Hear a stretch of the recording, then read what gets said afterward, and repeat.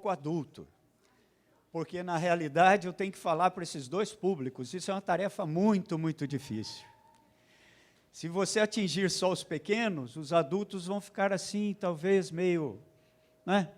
Isso não tem muito interesse para mim. Se eu falar só para os adultos, são as crianças que não vão ter muito interesse. Então, eu não sei como vou fazer, mas Deus vai dar um jeito. Por que eu estou dizendo isso? Porque hoje é o dia do Aventuri. Não só hoje, né? Esse fim de semana, aliás. Começou ontem à noite. E vocês sabem que o nosso clubinho aqui de aventureiros chama-se Pioneirinhos do Rio. Uma homenagem ao rio Piracicaba. Piracicaba, no Tupi-Guarani, quer dizer colheita de peixes. E, por incrível que pareça, aqui em Piracicaba foi o primeiro batismo do primeiro adventista do sétimo dia. Isso deu muito significado à obra adventista no Brasil, colheita de peixes. E desse primeiro que foi batizado aqui, Guilherme Stein Júnior, que também foi, como descendente de alemão, depois diretor de escola, professor e tudo mais, né? Nós temos hoje aqui em Piracicaba 5 distritos com mais de 22 igrejas e grupos. Né? Então, vocês escolheram muito bem o nome, Pioneirinhos do Rio, porque isso quer dizer que Deus está movendo a missão através dos aventureiros. Então, ontem à noite foi online, muitos assistiram em casa, não é? Hoje pela manhã vai ser aqui, presencialmente, à tarde também, vocês vão ter. E o tema geral desse Aventuri é o profeta Jonas, e o grande milagre que Deus operou, fazendo com que Jonas fosse dar a palestra, a mensagem, fosse levar o evangelho para a cidade ímpia de Nínive, não é? Eu gostei muito aqui, viu, diretora dos aventureiros, gostei muito. Eu acho que cada um que fez uma parte aqui da mesa, foi isso? Mais ou menos, vocês ajudaram, né? Então, ali você tem desde o princípio, quando Jonas fugiu de Deus, querendo ir para outro lugar e não para Nínive. Depois, quando ele desceu no navio, depois ele foi ao fundo do mar, engolido por um grande peixe. Foi assim, crianças? Engolido por um grande peixe. E depois, então, ele foi solto na praia. E daí que ele obedeceu a Deus, né? Depois que passou por esse momento de muita tribulação. Muito bem. Vou pedir que você venha aqui com os aventureiros que estão com você, aqui do meu lado, para o pessoal conhecer. Nós temos aqui na igreja cerca de 15 crianças, aventureiros. Os aventureiros são de 6 anos, até quanto mesmo, professor? 9 anos. Até 9 anos.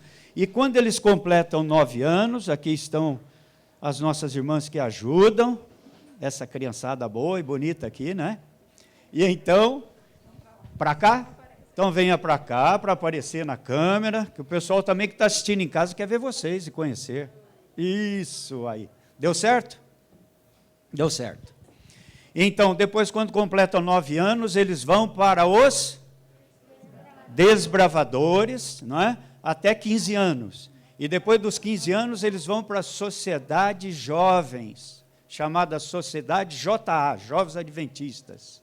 E depois, então, da Sociedade dos Jovens, aí vão sair os nossos anciãos, diáconos, professores de escola sabatina, professores dos departamentos infantis, professores e diretores dos departamentos. Então, na igreja adventista tem uma sequência muito preocupada, desde que a criança nasce, ela vai para o hall do berço, até depois, quando ele é jovem, e depois de jovem ele vai ser um líder na igreja, e depois, então, mesmo idoso, ele pode ajudar em vários departamentos. Desde bebê, ele já entra para o hall do berço, e assim ele vai seguindo todas as etapas, como na escola, não é? Que entra lá no berçário, depois entra no jardim, não é isso? Na pré-escola, no fundamental, no médio, universidade, etc. Na igreja também tem essa escolaridade educacional, espiritual para as crianças. Então, eu só vou fazer 2 perguntas. Vem aqui, diretora dos aventureiros, por favor. Para você. Em primeiro lugar, quanto tempo vocês existem? Existimos há 2 anos. Esse é o nosso segundo Aventuri. E esse é o segundo Aventuri. E o que é um Aventuri? O Aventuri, como o próprio nome diz, é uma aventura. É uma aventura onde, principalmente, além da diversão, nós aprendemos muito sobre algum tema da Bíblia. Durante todo o período é estudado ativamente, tem teatros, e é uma grande produção a respeito do tema que está sendo estudado. E esse ano é o Wi-Fi de Deus, falando sobre Jonas. E até chegar ao Aventuri, tem outras classes. Quais são essas classes que eles fazem?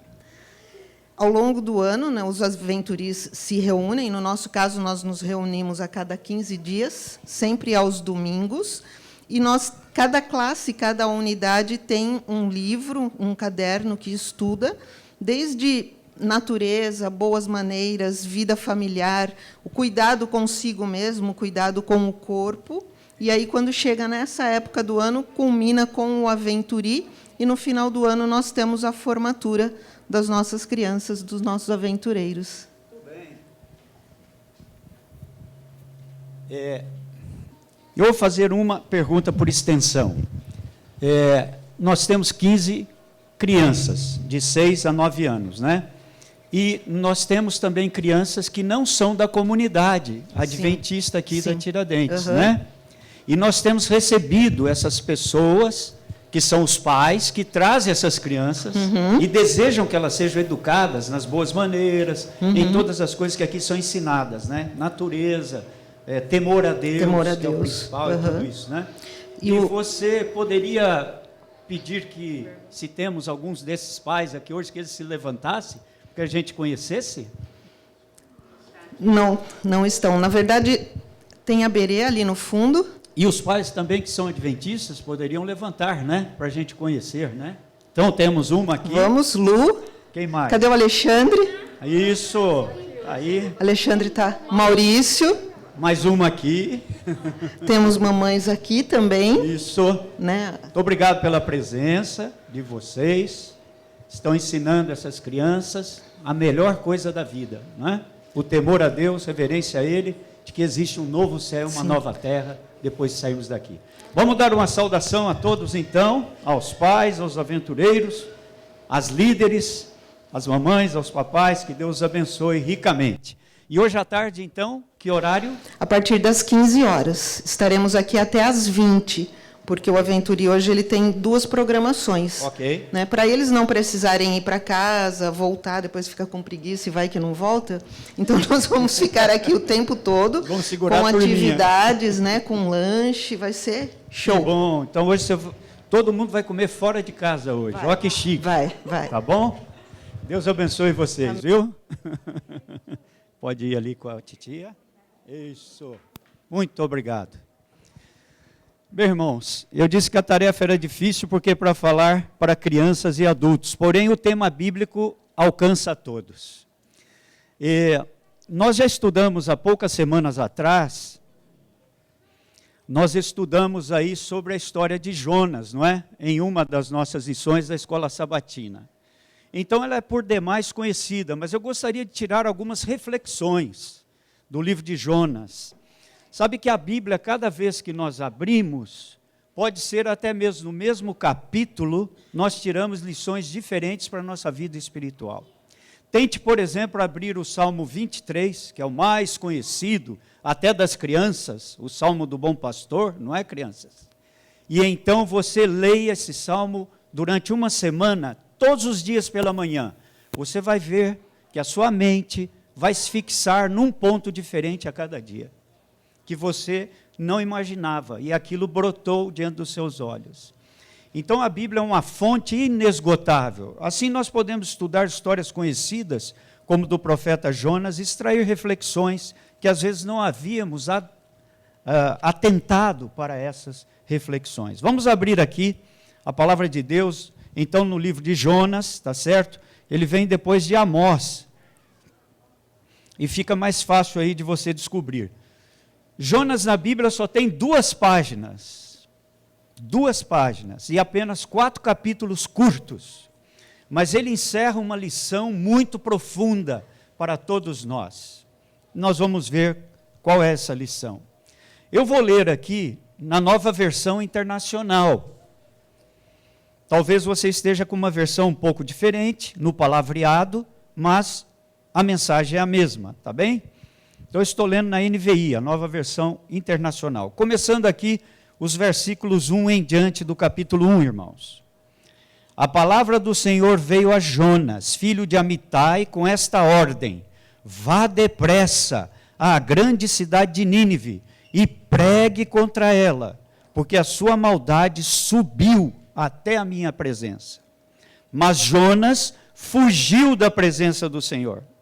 Dirigindo-se para Tarsis, desceu à cidade de Jope, onde encontrou um navio que se destinava àquele porto. Depois de pagar a passagem, embarcou para Tarsis, para fugir do Senhor. Vamos parar um pouquinho aqui. Nós não sabemos muito sobre Jonas.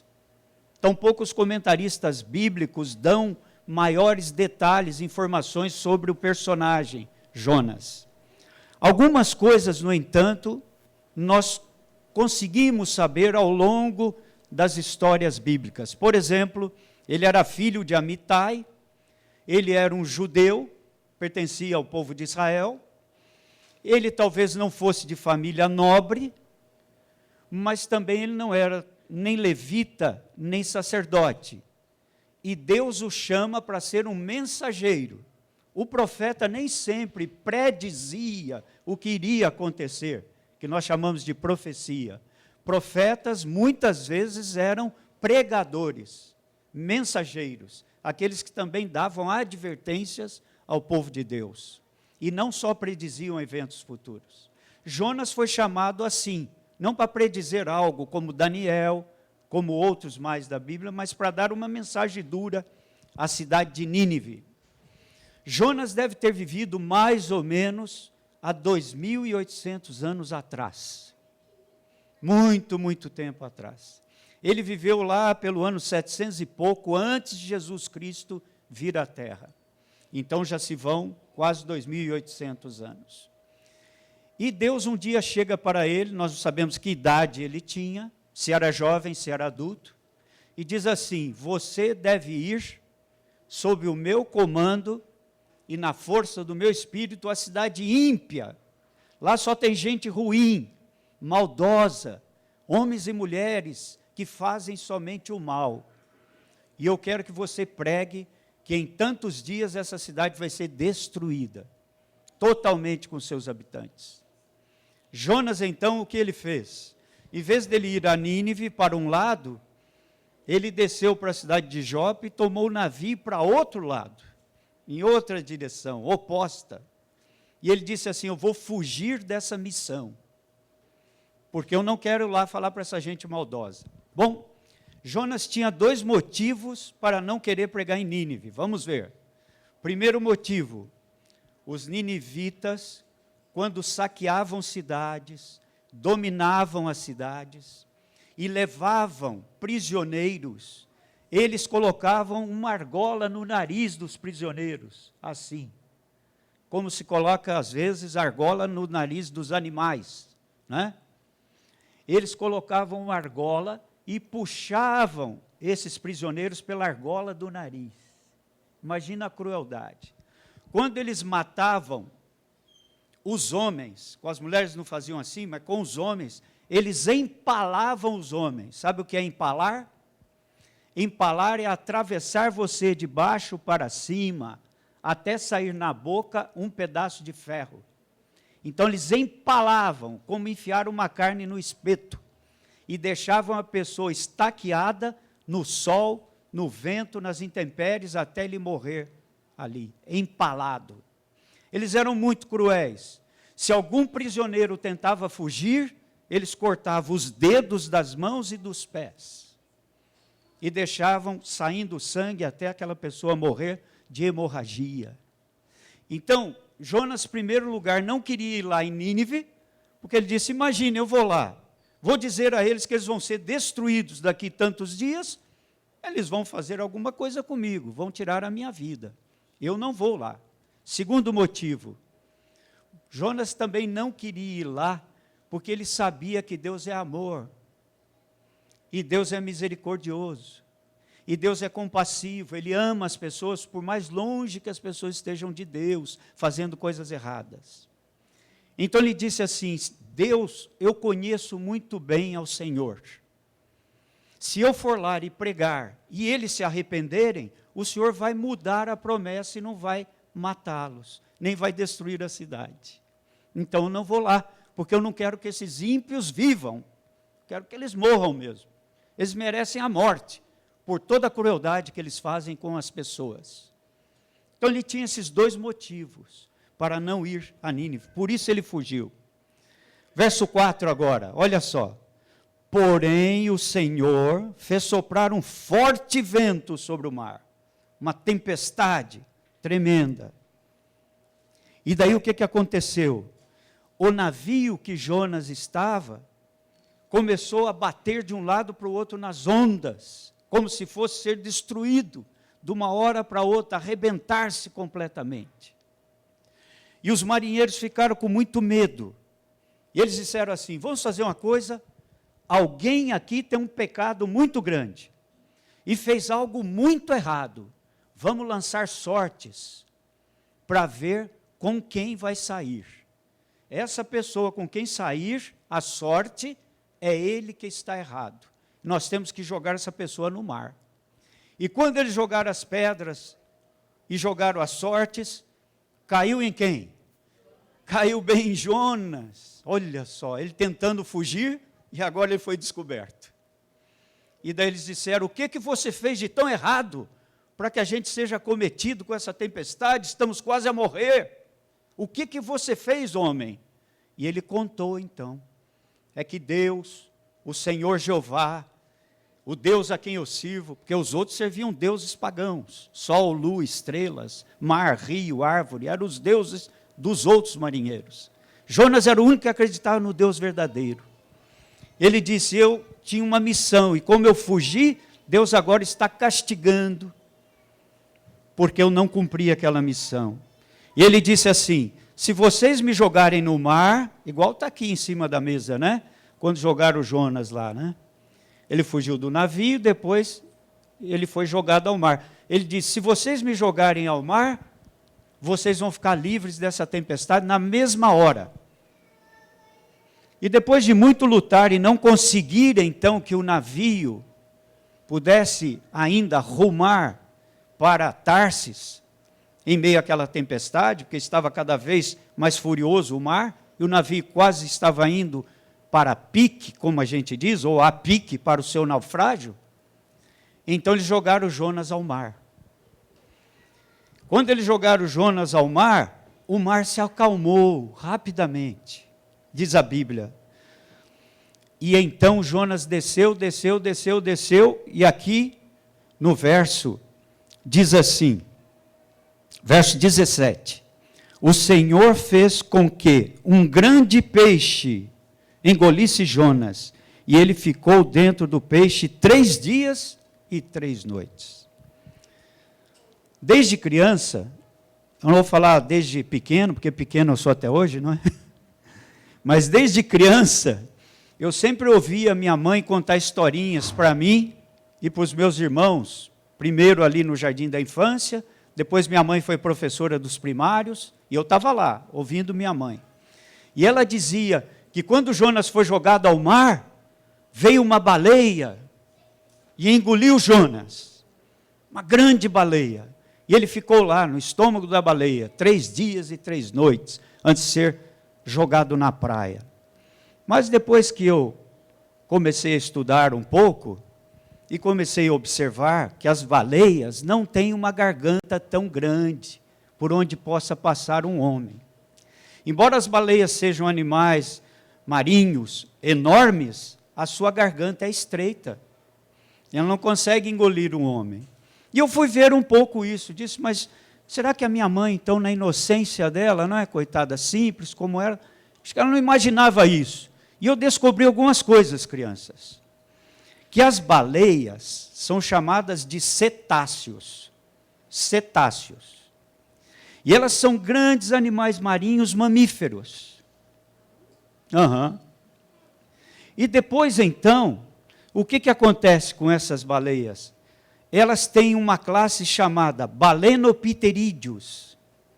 Dentro da classe dos Balenopterídeos está a orca, a baleia, o golfinho e uma baleia muito esquisita que tem uma cabeça quadrada, que dá 1/3 do tamanho do corpo dele. 1/3 é a cabeça, ou baleia cabeçuda essa. E essa baleia, que não é uma baleia, ela se chama cachalote. E o cachalote tem registros na história que já engoliu marinheiros em alto mar.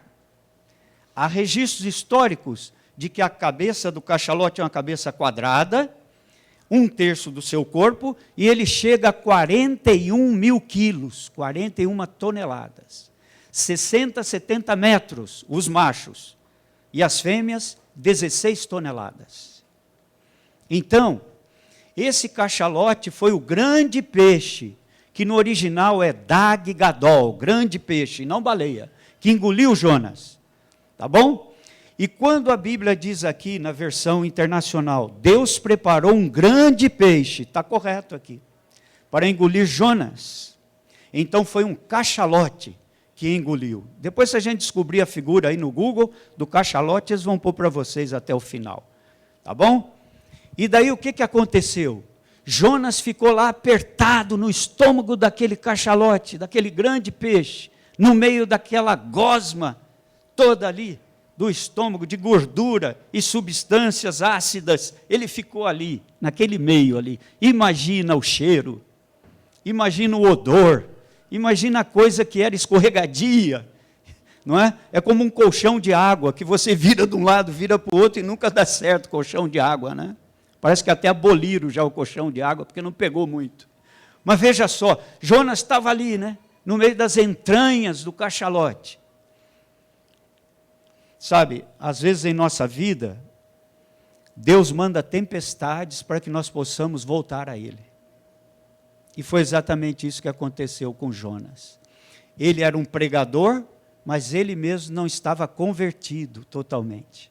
Ele precisava passar por uma lição de vida, a fim de que ele aprendesse a cumprir as ordens de Deus, a ser obediente aos mandamentos de Deus. E às vezes na nossa vida, Deus manda também um mar furioso. Pode ser a perda de um familiar que morreu, pode ser uma doença, pode ser um infortúnio, pode ser uma bancarrota financeira, pode ser um desemprego, pode ser alguma coisa ruim de inimizade com os coleguinhas. Deus manda às vezes tempestades em nossa vida, seja criança ou adulto, para que nós olhemos e lembremos de Deus em meio à tempestade da vida. Victor Hugo, que foi um grande pregador, filósofo, Victor Hugo dizia assim: às vezes Deus permite que o homem se deite enfermo, doente, a fim de que ele olhe para cima. É verdade.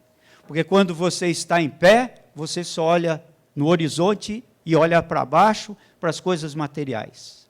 Você esquece de olhar para cima, olha só para o nível do mundo. Então, às vezes, Deus permite que o homem se deite enfermo, o ser humano, a fim de que ele olhe para cima. E assim foi com Jonas. Agora, o que é interessante na história de Jonas é uma segunda reflexão e lição que aqui tiramos. Quando nos afastamos de Deus, nós descemos ao mais profundo abismo de pecado e de erros em nossa vida. Quando nós estamos obedecendo a Deus, nós vamos ficando cada vez pior. Veja, Jonas estava lá na cidade dele.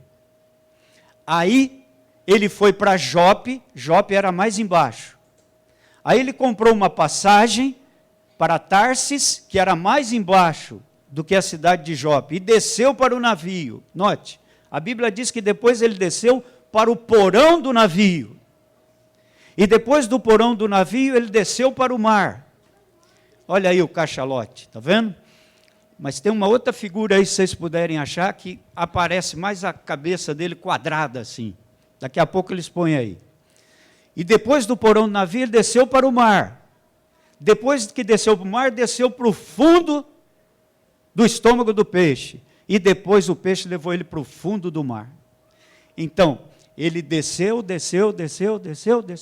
até onde não tinha mais onde descer.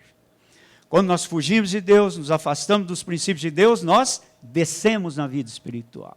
Não é? Mas mesmo estando lá, nesse lugar, Deus vai lá e nos alcança. Sabe por quê? Olha o que diz o Salmo 139, versículos 8 a 10. Uma linda lição para nós nessa manhã. Podemos estar mais longe que for de Deus, mas Ele nos alcança. Não podemos fugir dele. O Salmo 139, versículos 7 a 10. Para onde poderia eu escapar do teu espírito? Para onde poderia fugir da tua presença? Se eu subir aos céus, Deus lá está. Se eu fizer a minha cama na sepultura, embaixo da terra, Deus está lá também. Se eu subir com as asas da alvorada e morar na extremidade do mar, tu lá estás, e a tua mão direita me guiará. Portanto, nós não podemos fugir de Deus. Ele é onipresente, Ele é onipotente. Está escrito aqui, ó, no grande peixe está escrito, Deus onipresente e Deus onipotente. Nós não podemos fugir dele. Ele está em todos os lugares. Aí está, ó, está vendo? A cabeça dá mais ou menos 1/3 do tamanho do corpo. E ela é uma cabeça mais quadrada, né? Não é à toa que o nome científico do cachalote é macrocéfalos, né? Macro é grande, céfalos, porque é dos cetáceos. Macrocéfalos, grande cabeça. Tá bem? Então agora Jonas está lá no fundo do mar. Está lá no fundo do ventre do cachalote. O que ele podia fazer? Esperar a morte. Não tinha mais nada. Ele não tinha comida, não tinha água, não tinha ar para respirar, estava ficando quase sufocado. E ele então fez uma oração. E aqui no capítulo 2 de Jonas, quando ele sente realmente o seu pecado e se arrepende, ele volta-se para Deus e procura Deus e busca Deus com todo o fervor do seu coração. E ele diz assim, aqui no capítulo 2, verso 1, dentro do peixe, Jonas orou ao Senhor e disse, em meu desespero clamei ao Senhor e ele me respondeu. Do ventre da morte gritei por socorro. Nas profundezas do coração dos mares tu me jogaste.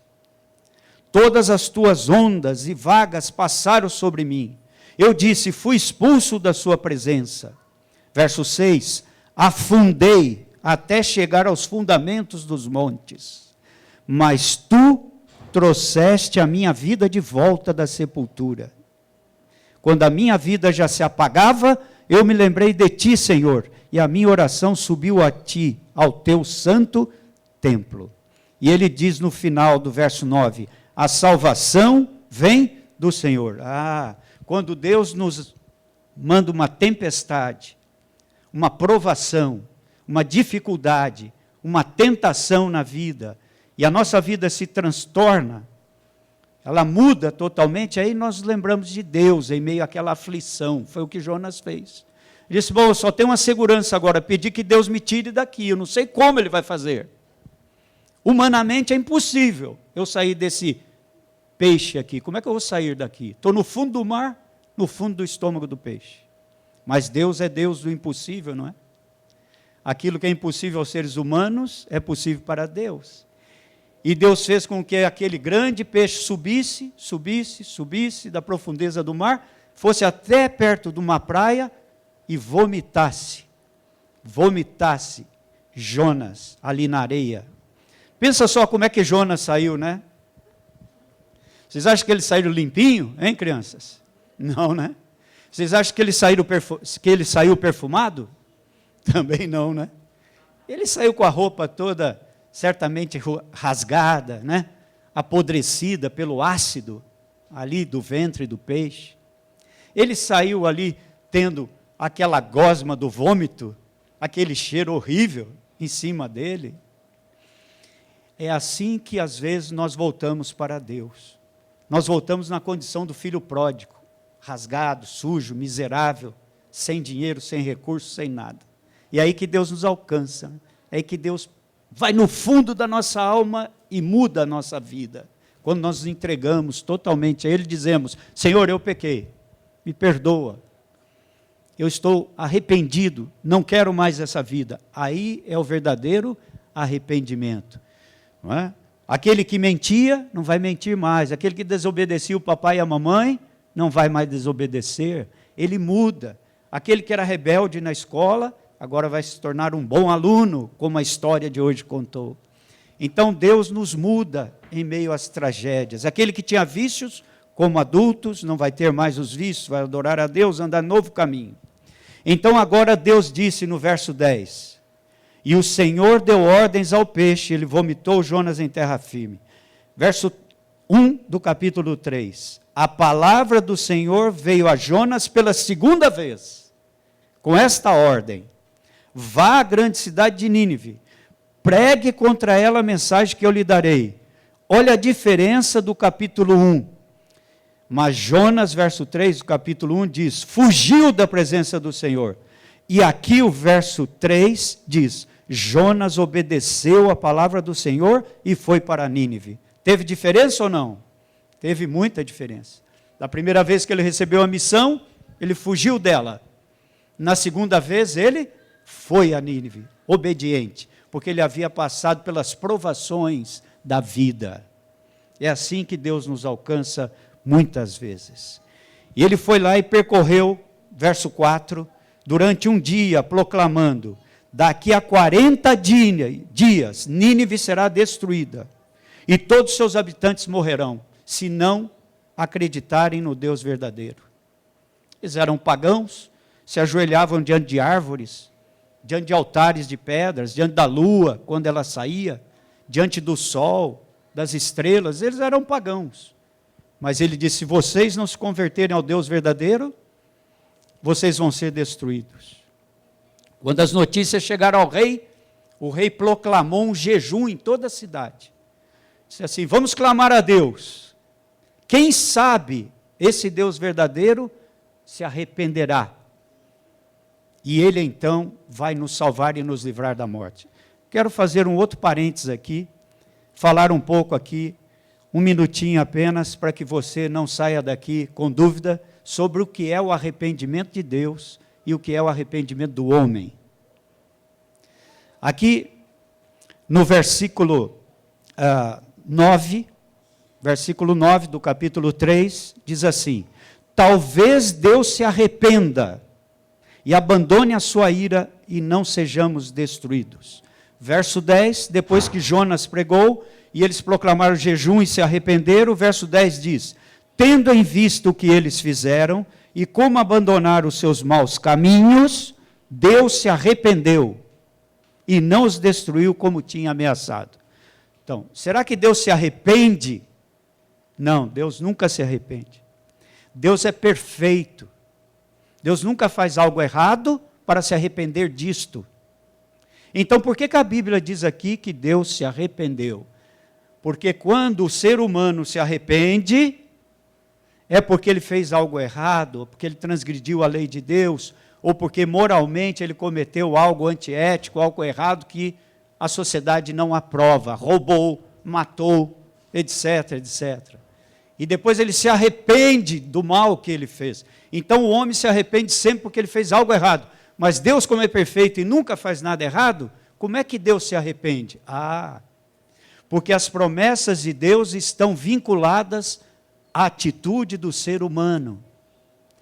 As promessas de Deus são condicionais. Se o ser humano muda, Deus muda o cumprimento da sua promessa. Então não é que Deus arrepende porque ele fez algo errado, mas ele arrepende porque o homem mudou, então ele muda a sua promessa também. Isso é muito interessante, porque há palavras diferentes para arrependimento humano e arrependimento divino. O arrependimento humano é metamelomai. O homem se arrepende após fazer algo errado, metamelomai. E o arrependimento de Deus é metanoel no grego. Deus muda porque o homem mudou. Então as promessas de Deus são condicionais. Como Nínive se arrependeu, e todos 120 mil habitantes se arrependeram e começaram a crer no Deus de Jonas, Deus então mudou a sua promessa e não destruiu a cidade. E finalmente, o que aconteceu com Jonas? Ele ficou alegre ou ele ficou aborrecido com isso? O que vocês acham? Ele ficou aborrecido com isso. Em vez de ficar alegre que ele teve sucesso como evangelista e ganhou 120 mil pessoas numa pregação, que evangelista fez isso? Nem o Bulhão fez isso na sua vida, não é? Ganhar 120 mil pessoas numa pregação? Os apóstolos ganharam 3 mil no dia do Pentecostes, com todo o Espírito Santo. Jonas ganhou num evangelismo 120 mil pessoas, mas ele, diz a Bíblia, que ficou aborrecido. Ficou irado com Deus, porque ele queria que Deus matasse aquelas pessoas ímpias, destruísse aquela cidade, porque eles eram maus, eles empalavam pessoas, cortavam dedos dos pés e das mãos, como eu disse, puxavam pessoas pelas argolas. Eu queria que essas pessoas morressem, como nós dizemos algumas vezes, né? Esse infeliz não merece viver, né? Algumas vezes nós jogamos umas pragas assim, sem pensar nas pessoas, né? Tomara que ele bata o carro, né? Tomara que ela caia da escada e quebre a perna. Então, Jonas estava desse jeito. Não queria que acontecesse. Ficou triste depois de ter um sucesso como evangelista. E diz a Bíblia, aqui está na última parte aqui da cena que as crianças e as professoras montaram, que ele foi então e construiu uma cabana para ele fora da cidade de Nínive. E ali ele disse assim: Senhor, é melhor eu morrer, porque eu não quero ver esses pagãos aí sendo pessoas tementes a ti. Eu não sei se eles estão verdadeiros no sentimento deles, se eles estão realmente convertidos. Eu prefiro a morte. Não me chame mais para nada. E ali então Deus fez o sol estava muito quente, Deus fez crescer uma planta sobre a cabeça de Jonas. E aquela planta cresceu do solo, nasceu do nada. Cresceu, cresceu, cresceu. Parece que era uma boboreira, mais ou menos semelhante a isso. E ela cresceu, cresceu, cresceu, e fez uma sombra gostosa. E Jonas estava ali agora, dormindo, sossegado, fresquinho. Mas, quando o sol nasceu no outro dia, e ele acordou, o sol estava queimando a sua cabeça. O calor estava intenso. E ele olhou para o lado e a planta tinha murchado, secado. E ele começou a espraguejar. E disse assim: agora que eu quero morrer mesmo, Senhor, porque nem essa planta eu pude ter na minha vida para dar sombra. Então é melhor eu não existir, porque eu não tenho nada nessa vida mesmo. Então Deus apareceu e disse assim nos versos finais: Jonas, você não teve piedade nem compaixão de 120 mil pessoas que não me conheciam, que não sabia o que era certo e o que era errado, não sabia distinguir entre a mão direita e a esquerda. Você não teve pena. Agora, dessa boboreira aí que eu fiz crescer, você não aguou, você não podou, você não plantou, e ela nasceu numa noite morreu, você agora está espraguejando. Está irado porque ela morreu. Não deveria eu ter muito mais pena de 120 mil pessoas? Aí Jonas entendeu que as maneiras de Deus não são as nossas e que o amor de Deus é muito diferente do amor humano. Deus nos alcança, irmãos, crianças, jovens, de várias maneiras, a cada um diferentemente do outro. Pode ser em uma tragédia no fundo do mar, em nossa vida, o mar da vida, pode ser com uma perda, pode ser de maneira espiritual, mas ele vai lá. A Bíblia diz que não podemos fugir de Deus. Se eu for ao alto, ele está lá. Se eu for lá embaixo, na profundeza do mar, lá ele está também. Certa vez, um pastor tinha uma reunião de jovens. E ele foi àquela reunião logo cedo, que ele ia fazer a mensagem, e depois iam ter um período de oração em grupo. Fez a sua meditação, e na hora então que eles se reuniram em grupos, o pastor foi designado para orar com um jovem. Esse jovem se chamava Paul, em português é Paulo, né? Foi lá orar com o Paulo. E ele disse assim: eu vou orar primeiro, Paul, depois você ora, tá bem? Tudo bem, pastor. O pastor fez a sua oração, terminou brevemente. Os outros grupos também já haviam terminado. E o Paul continuava orando, e orando, e orando. E ele dizia assim em sua oração: ó Senhor, ajuda o meu amigo Charles Stovens. O meu amigo Charles Stoven, ele saiu de casa hoje, ele deixou a esposa chorando, ele fugiu para o mundo e deixou a esposa com 3 criancinhas pequenas, sem ter o que comer em casa. O meu amigo Charles Stoven, Senhor, mora ali naquela casinha branca, na rua tal, número tal, e ele foi falando. E o pastor já estava meio, não é? E ele disse assim, mas será que esse jovem não vai parar de orar? Todos já acabaram a reunião de oração, já estão em pé esperando, e o jovem orando. E o senhor ajuda o Charlie. O Charlie é um homem de tantos anos, e ele tem o cabelo loiro também como o meu, e ele está vestido assim, alcança esse Charlie hoje para mim, Senhor. E o pastor ficou indignado com aquilo, o jovem não parava de orar. E quando eles terminaram a oração, cantaram lá vários louvores, fizeram a oração final, o pastor despediu-se dos jovens, cada um por seu carro, seu lado, foi embora, ele também foi. Quando ele saiu daquele local de oração e virou o quarteirão, tinha uma pessoa pedindo carona, bem na estrada. E essa pessoa pedia carona insistentemente, não é? É assim que faz para carona? Pedindo carona, né? Pare, assim. E ele parou o carro, ele não costumava dar carona para ninguém, perigoso, sabia quem era. A pessoa estava meio mal vestida, descabelada. Entra aí, para onde você vai? Para qualquer lugar do mundo, respondeu aquela pessoa. Qualquer lugar do mundo o senhor pode me deixar. O pastor disse, bom, estou indo para a cidade tal, posso te deixar lá. Está bem. Eles continuaram a viagem. Dali a alguns minutos o pastor perguntou, qual é o seu nome, rapaz? Ele disse, Charlie. Charlie? Por um acaso seu sobrenome é Stovens? Sim, Charlie Stovens. Como é que você sabe? E o pastor falou assim, Deus me disse. Deus lhe disse? Sim, Deus me disse. E Deus também me disse que você hoje deixou sua esposa com 3 filhos. Como é que o senhor sabe? Deus me disse. E eu sei também que você mora numa casinha branca, na rua tal, número tal, no bairro tal, aqui próximo à nossa reunião de oração. Como o senhor sabe? Deus me disse. Era o jovem, né, que tinha orado. E ele foi dizendo, e ele disse, e Deus também me disse para levar você de volta para casa. E o Charlie ficou tão incomodado com aquilo, e tão assustado, e tão surpreso, que ele disse, mas será que ele sabe mesmo onde eu moro? E vai me levar lá? E o pastor fez a volta com o carro, e parou em frente à casa do Charlie. Na rua tal, número tal, que o jovem tinha pedido em oração. Ele bateu a porta, a esposa veio, abriu a porta, não sabia quem era. E quando o Charlie viu a esposa, os dois caíram num choro, num pranto de alegria, de felicidade.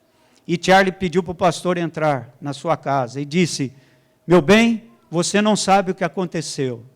Eu estava fugindo, eu estava abandonando vocês. Eu fugi para não ser ninguém no mundo, mas Deus me achou e me encontrou novamente. Eu quero te pedir perdão. Você me perdoa? A esposa o perdoou, logicamente. As crianças vieram agarrar em sua perna, cada uma de um lado, porque o papai estava de volta em casa. O pastor fez uma oração com eles, deu estudos bíblicos para eles, batizou depois o papai e a mamãe, e as crianças também foram para a igreja, e aquele lar foi transformado, como a vida de Jonas também foi transformada. Que Deus nos abençoe, que Ele transforme a sua vida, a minha vida, de todos nós. Cada dia, cada momento, as maneiras de Deus nos alcançar são diferentes. A cada um Ele vai buscar de uma maneira. Eu não sei quanto você se distanciou de Deus. Eu também não sei quanto você afundou nessa vida, talvez em problemas, pecados e tantas coisas que desonram a Deus, mas tenha certeza de uma coisa, aonde abundou o pecado, transbordou a graça. Onde abundou o pecado, transbordou a graça. Deus nunca despreza ninguém, assim como não desprezou os ninivitas, por mais ímpios que fossem. Deus pode te alcançar também, por mais longe que você tenha ido, por mais fundo que você tenha descido, Ele pode te alcançar. Que Deus te abençoe, que Ele te proteja, te guarde e te dê sempre a missão no coração para dizer aos outros, como sal da terra e luz do mundo, que Jesus em breve voltará. Amém. Amém. Muito bem. Nesse momento, então, vamos pedir que vocês se coloquem em pé, para que façamos a nossa oração final. Grandioso Deus e Pai, nesta manhã podemos refletir um pouco, dentro da Tua palavra, sobre a história de Jonas e o arrependimento dos ninivitas. Eles eram pessoas ímpias, cruéis, pagãs, não conheciam o Deus verdadeiro, mas eles foram alcançados pela Tua palavra, através de um único mensageiro. Esse mensageiro aprendeu, a duras provas, a te servir, a te honrar, e ele foi um poderoso pregador, fazendo com que aquela cidade, pelo poder do Espírito Santo, fosse transformada. Assim queremos pedir nesta manhã, que Tu nos ajudes também, a sermos diariamente transformados pelo Teu Santo Espírito.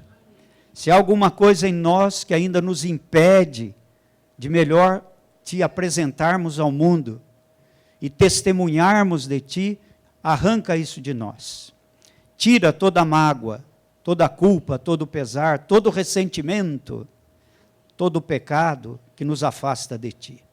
Abençoa essas crianças, os aventureiros, sua liderança dos pioneirinhos do Rio, para que eles possam, Senhor, crescer em Teus caminhos, serem homens e mulheres de valor perante a sociedade, e honrar e engrandecer o Teu nome, falando ao mundo que só existe um Deus verdadeiro.